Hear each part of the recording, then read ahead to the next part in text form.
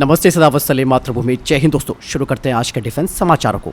बढ़ते सबसे पहले डिफेंस अपडेट की तरफ, जो कि एलएसी से आ रही है। अब दोस्तों, चाइना की एक नई चालबाजी का खुलासा हुआ है। उसने अब एलएसी के पास पैंगोंग क्षेत्र में स्टेल्थ रडार को तैनात किया है, जिसकी सैटेलाइट तस्वीरें भी सामने आई हैं। दरअसल दोस्तों, चाइना लगातार अपनी एयर पावर को बढ़ा रहा है और इसी प्रयास के तहत चाइना ने हाल ही में 3D long range air surveillance and guidance radar, जिसे कि JY-27A कहा जाता है, इसे पूर्वी लद्दाख में पैंगोंग झील के पास और पाकिस्तान में मियांवाली एयरबेस पर रणनीतिक स्थानों पर तैनात किया गया है। ये जो जगहें हैं, ये उन क्षेत्रों के साथ ओवरलैप करते हैं जहां अतीत में गतिरोध भी हुआ है।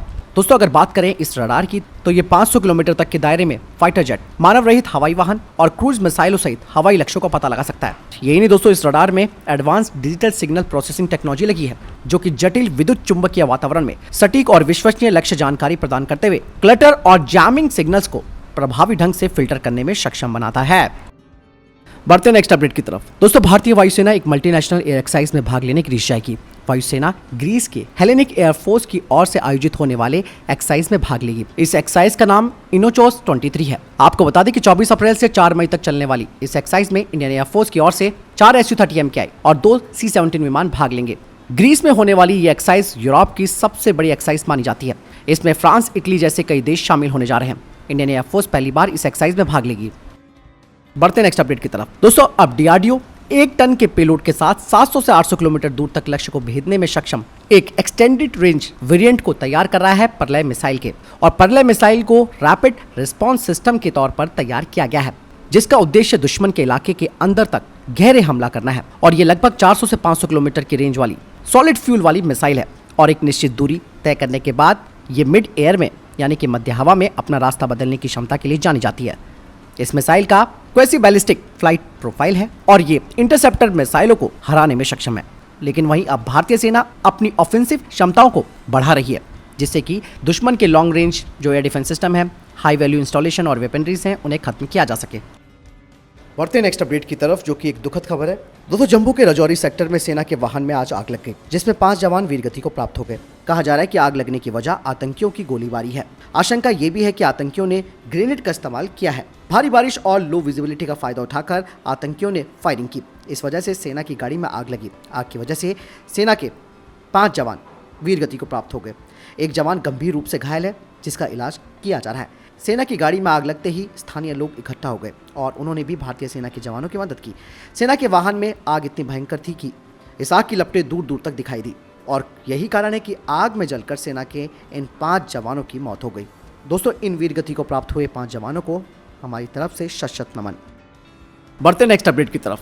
दोस्तों, भारत ने एक साथ कई नोटम जारी किए हैं अग्नि प्राइम मिसाइल और ब्रह्मोस एक्सटेंडेड रेंज मिसाइल के परीक्षण के। अब ऐसे में खबर आ रही है कि चाइना का ये जो स्पाई वेसल है युआंग वांग 7, वो इंडियन ओशन रीजन में पहुंच चुका है और ये चाइना का लेटेस्ट जनरेशन वाला बैलिस्टिक मिसाइल और सैटेलाइट ट्रैकिंग शिप है।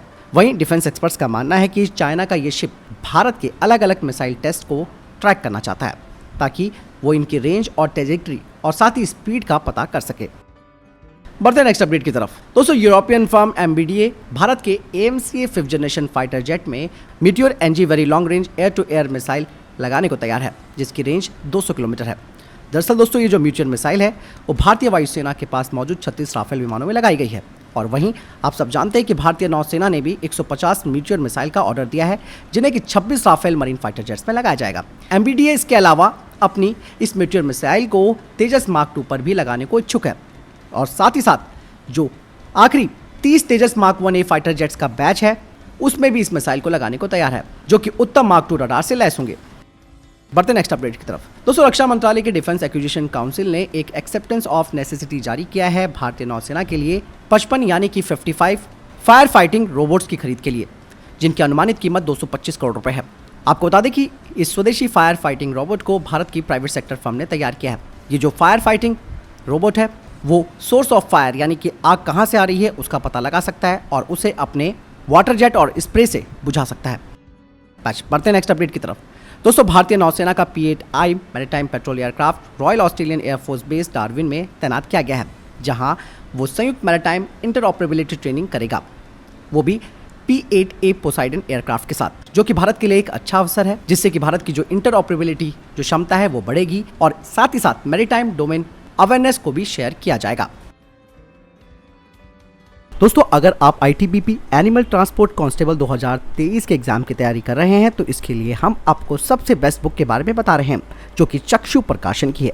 और ये बुक एनिमल ट्रांसपोर्ट कांस्टेबल परीक्षा के लिए मौजूद है। इसमें 20 प्रैक्टिस सेट पेपर्स और 1950 बहुविकल्पीय प्रश्न दिए गए हैं और ये 100% सिलेबस के अनुसार है। ये बुक काफ़ी बेहतर मानी जाती है। इसमें प्रैक्टिस सेट्स हैं और इन प्रैक्टिस सेट्स को काफ़ी अच्छे से एक्सप्लेन किया गया है। हिंदी, इंग्लिश, मैथ, रीजनिंग सब सिलेबस के अनुसार ही है। ये बुक आपको ऑनलाइन और ऑफलाइन दोनों तरीके से मिल सकती है। ऑनलाइन ये बुक आपको Amazon और फ्लिपकार्ट पर मिल सकती है। इसका लिंक मैं आपको वीडियो डिस्क्रिप्शन में दे दूंगा, यहाँ से आप इस किताब को खरीद सकते हैं। इस किताब का ऑर्डर आप जरूर कीजिएगा ताकि एग्जाम की बेहतर तैयारी आप कर सके।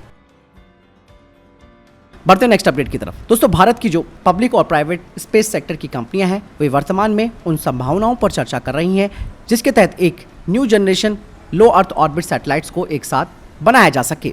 और ये जो सैटेलाइट्स होंगे वो छोटे छोटे स्वार्म सैटेलाइट्स के फॉर्म में होंगे जो एक दूसरे के साथ कम्युनिकेट कर सकेंगे, जिनका इस्तेमाल बॉर्डर एरिया में किया जाएगा और साथ ही साथ मशीन लर्निंग एल्गोरिथम में भी किया जाएगा, जो कि दुश्मनों के हाई वैल्यू टारगेट का ऑब्जर्वेशन करेंगे और साथ ही साथ ये सीधा जो ग्राउंड लेवल के यूजर्स हैं उन्हें तुरंत प्रभाव से इंफॉर्मेशन भी देंगे। तो फिलहाल ये थे अभी तक के टॉप डिफेंस और स्पेस अपडेट्स। वीडियो के संबंध में कोई प्रश्न जवाब आपको कोई सवाल है कमेंट सेक्शन में लिखकर जरूर पूछ सकते हैं। मिलता हूं नई जानकारी के साथ। चैनल जरूर सब्सक्राइब कीजिएगा। जय हिंद, वंदे मातरम।